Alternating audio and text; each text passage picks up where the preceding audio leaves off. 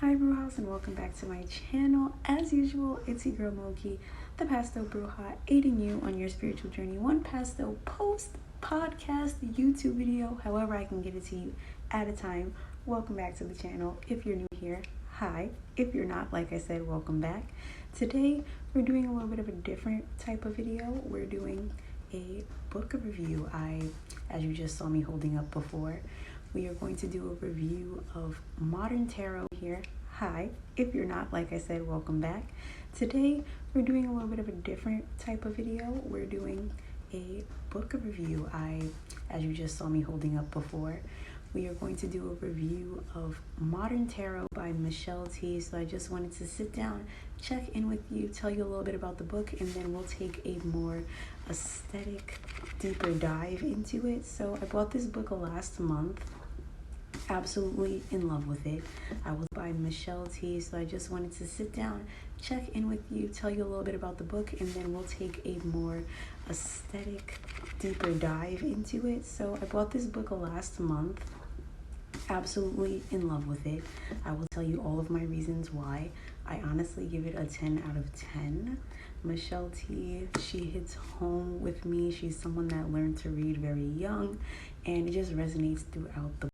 And for that reason, I just love it. I will link it down in the description below. I got my copy from Pressed, so I will link it on their site. I don't know if there was that many left, but I will try to also find it on Amazon and link that for you down below. So let's jump right into this review. All right, Brujas, so jumping right in, I also want to apologize if there's this pesky fly that lands in the shots because it keeps doing so. So, like I said, we're doing a review today of Modern Tarot, connecting with your higher self through wisdom of the cards. So, the number one thing I love about this book is the language, okay? It's not dated. I have a lot of tarot books that are super old. For example, this book here that is literally so old that it doesn't even have a front cover. It's so old. Some of the language in this book is so dated, so low-key misogynistic. Not the case here. I fell in love with this book because of the language. I picked it up. I'm just gonna read a little bit of it so that you can get what I'm saying. So it says, welcome to one of my favorite cards in the tarot. Zero, the Fool, is our guide through these 78 cards. As we advance chronologically through the major arcana, it is said to be the Fool's journey. We encounter, as he did, each archetype in its particular energy in deliberate order. In the Fool's own card, then we are at the start of a terrific journey. Ahead lies all potential, the highest of highs, the highest highs of love and money, career and intellect, and the lowest lows of despair, destitution, loneliness, and devastation. So,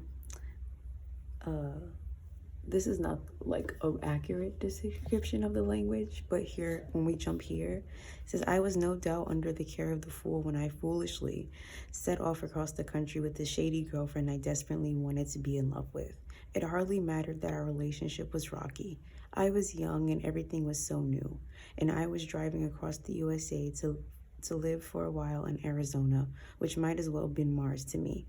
A girl reared up in urban East Coast blight. Sorry guys. Nature was something seen on TV, but suddenly I was hiking down a canyon, a rather perilous canyon, in a pair of Tevas, a footwear choice my formerly punk goth self would have barfed at. So not only is the language more relatable, but she takes each card and relates it to her life, which makes it understandable, which is why I'm recommending this book for beginners. This is in frame as well, because it's just makes it a whole lot easier to understand the cards when you can see it relate to someone's personal life.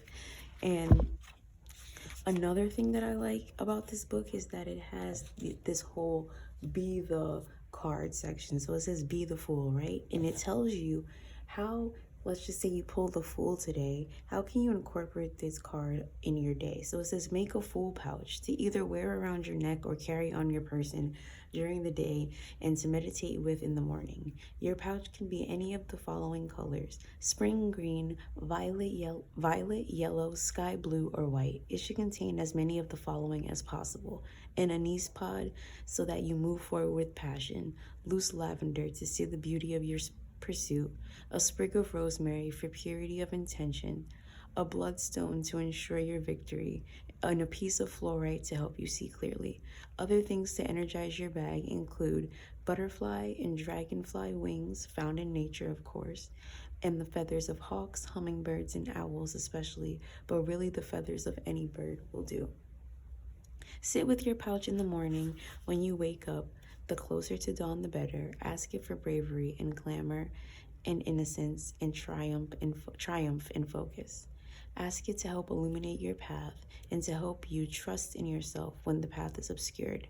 Touch it or sit with it throughout the day as needed. It is certainly a foolish thing to believe that the universe itself is looking out for you, that it's facilitating your plans. So such thoughts are protected and encouraged under this card and this spell. The universe is looking out for you and will lend you its energy as you set off into uncharted territory. So, as you can see, like I said, it's very easy for beginners because it gives you this this new perspective of how this is affecting their life, how it reflects in Michelle T's life, and then you can also relate that to your day. So if you pull your card and you're the fool, it's the fool, and you come back to this book at the end of the day and you read her experience with the card, you're kind of like, okay, that's kind of what happened to me or what's going on with me, and it makes it a lot easier to relate to. It makes it a lot easier to understand. So it has the major arcana, the minor arcana, and then it has a special section for the court cards. I'm looking for another. So there's also things like stop being the Knight of Swords and protect yourself from the Knight of Swords. So each card has a little bit of a different be the Queen of Swords perspective to it. Be the Page, how to stop being them, how to be them, how to embrace them, how to use this card to go about your day. Because when we're learning tarot, it's not just about memorizing. It's not just about learning all of the meanings and getting them down pat. It's also about creating your own meanings in your own relationship with your cards so that you can bond with them on a deeper level. And I honestly think this book does so because of the language, because of how it tells you ways you can incorporate it in your day. I mean, it doesn't get any better than that, and I have yet to buy a tarot book that has done that so far. But Michelle T, 10 out of 10. Love this book. The cover is beautiful. Give that a 10 out of 10.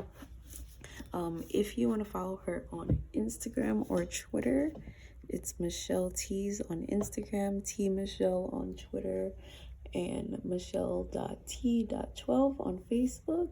And then that's her site. So like I said, I bought this book from Pressed. I will link it down below. I will put all of her stuff in the description below as well. That's pretty much it. This was a short, brief book review because I don't want to read the book from cover to cover. I really want you guys, if you're interested in tarot, I highly recommend picking up this book and using it as one of your tools. Yeah, if there's any more questions that you want to ask about this book, go ahead and ask them down below in the comments. I love y'all. Stay beautiful, keep shining, and also let me know in the comments if you want me to do more book reviews or if there's a book that you want me to review. I'm definitely thinking about doing a Psychic Witch by Matt Oren because that's another great book that I've been talking about for about a year now. So I'm definitely gonna do that one, but let me know if this is what you like. If you want to see more videos like this, comment down below. I love y'all. Stay beautiful, keep shining, and I will see you on Sunday for a new vlog, and I will see you throughout the week everywhere else.